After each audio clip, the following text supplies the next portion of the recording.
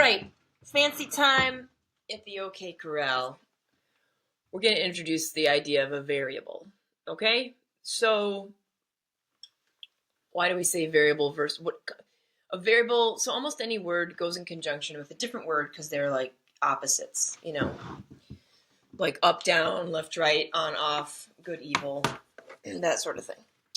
So let's think about variables. So what is the opposite of a variable? A variable, what does it mean? To vary, that's the root, right? To vary means to change. It can change. We don't know what it is. Right now in the pandemic we're all going through, maybe you've heard of it, there are people will say things, well, there are a lot of variables. There are a lot of variables.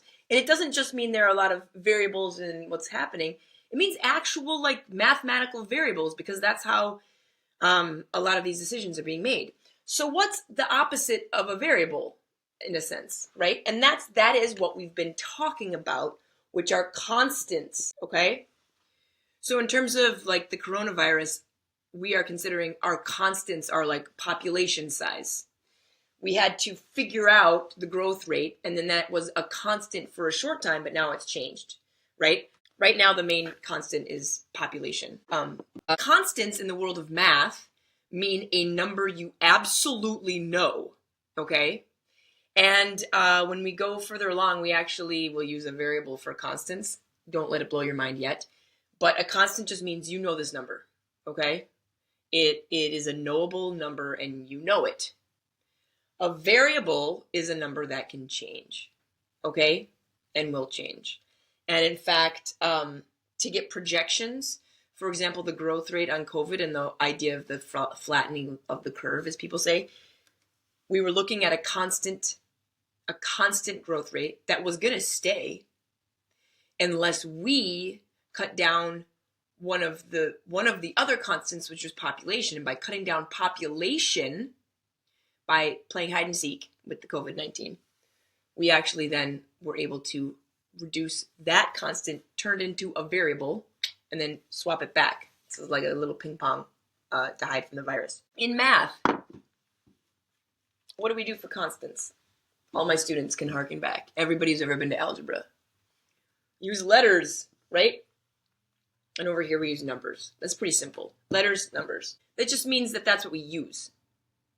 So for example, if I say, we're going to go back, and I say I want 3 5 times, okay? All 5 of you people out there are going to get 3 full cups of coffee.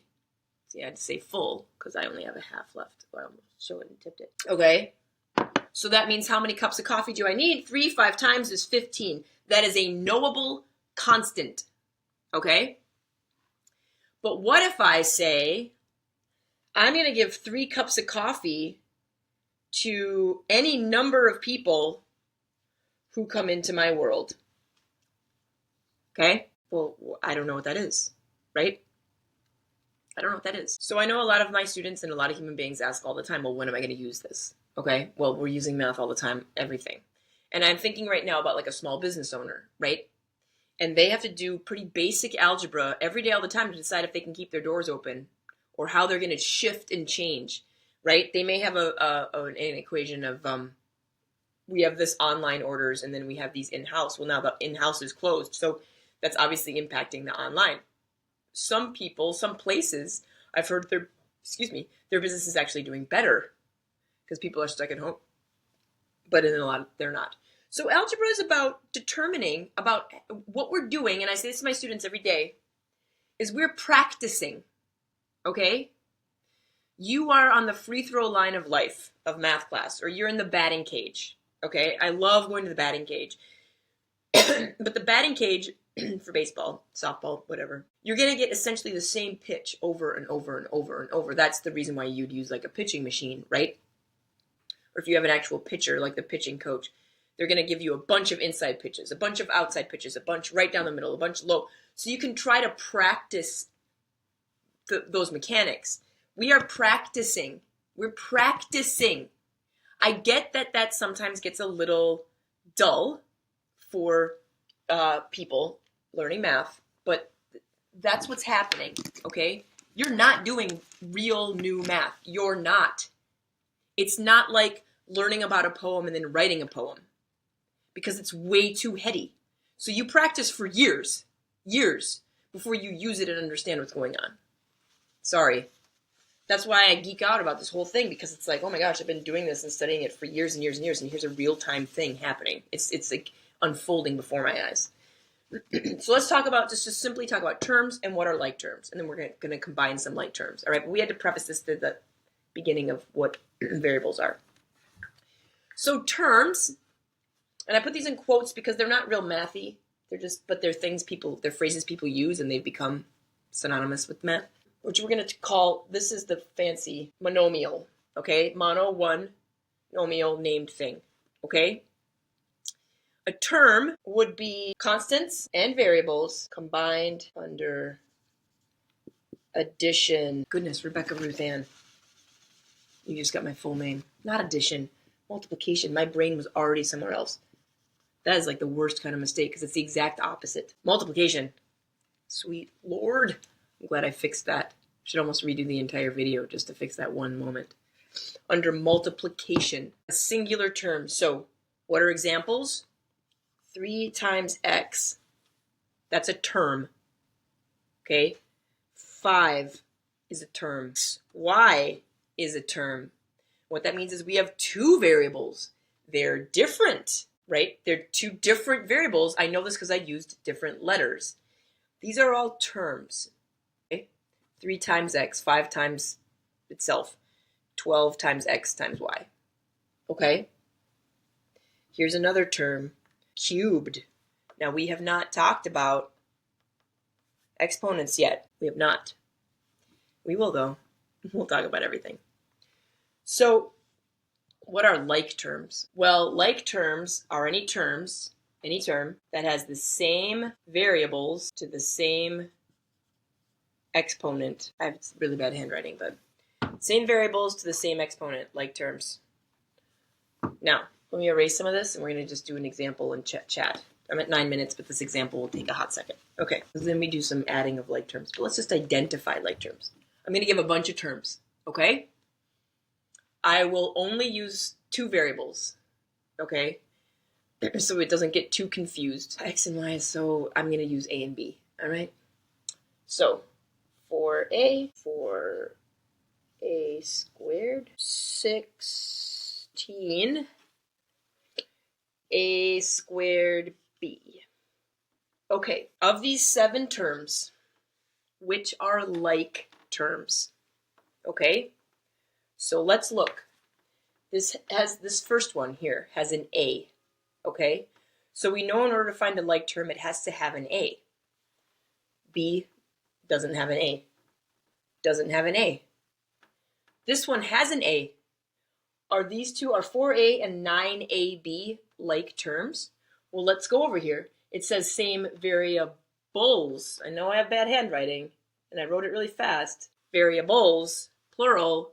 Well, hold on. This one has an A, and this one has an A and a B. So are they like terms? Because let's say for a second we figured out what A is, right? Let's say A is 1. 4 times 1 is 1. 9 times 1 is 1 times B is 9B. Now we'd have 4 and 9B. Those don't have the same variables. Not like terms. So this right here is not like terms with that. It's not like terms with that. Not with that. What about this one? This is a B. Nope. Oh, this one has an A. 4A. And there's no B. Are these like terms? Well, let's check. Same variables, same exponent. Uh-oh. This one, what is this exponent? This is implied. Remember, we talked about this a little bit. We haven't talked a lot about exponents yet, but we will. That's an implicit 1. So this is squared. I'm realizing I'm getting a little glare. Sorry about that. So these are not. And here, it's 2 exponents and a B. So that's not.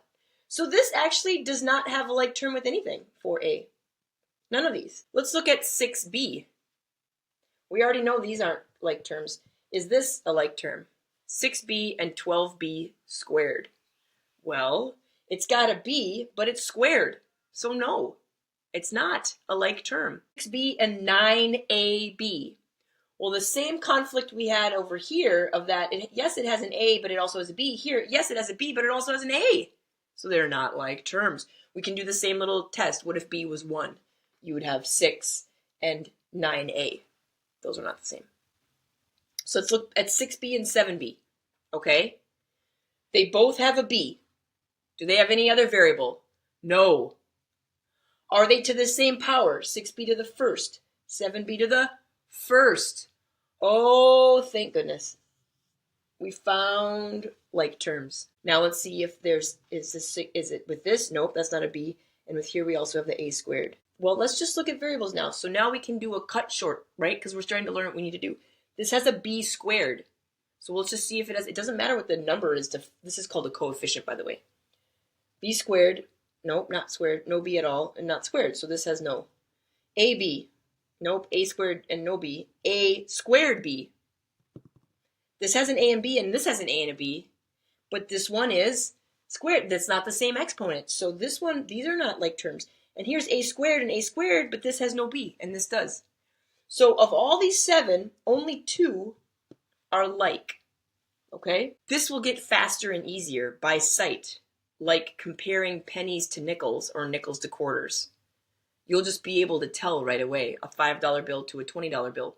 Yes, they both have the same physical size and the same touch. If you're blind, you wouldn't know the difference.